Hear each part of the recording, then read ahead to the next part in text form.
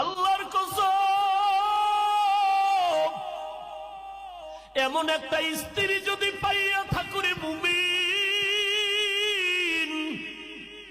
তুমি বাইরে বাইরে কষ্ট করবা, তোমার স্ত্রী ঘরে বসে নামাজ পড়বে, যায় নামাজ বিছাইয়া দোয়া করবে, জান্নাতের বাগান তুমি পেয়েছো।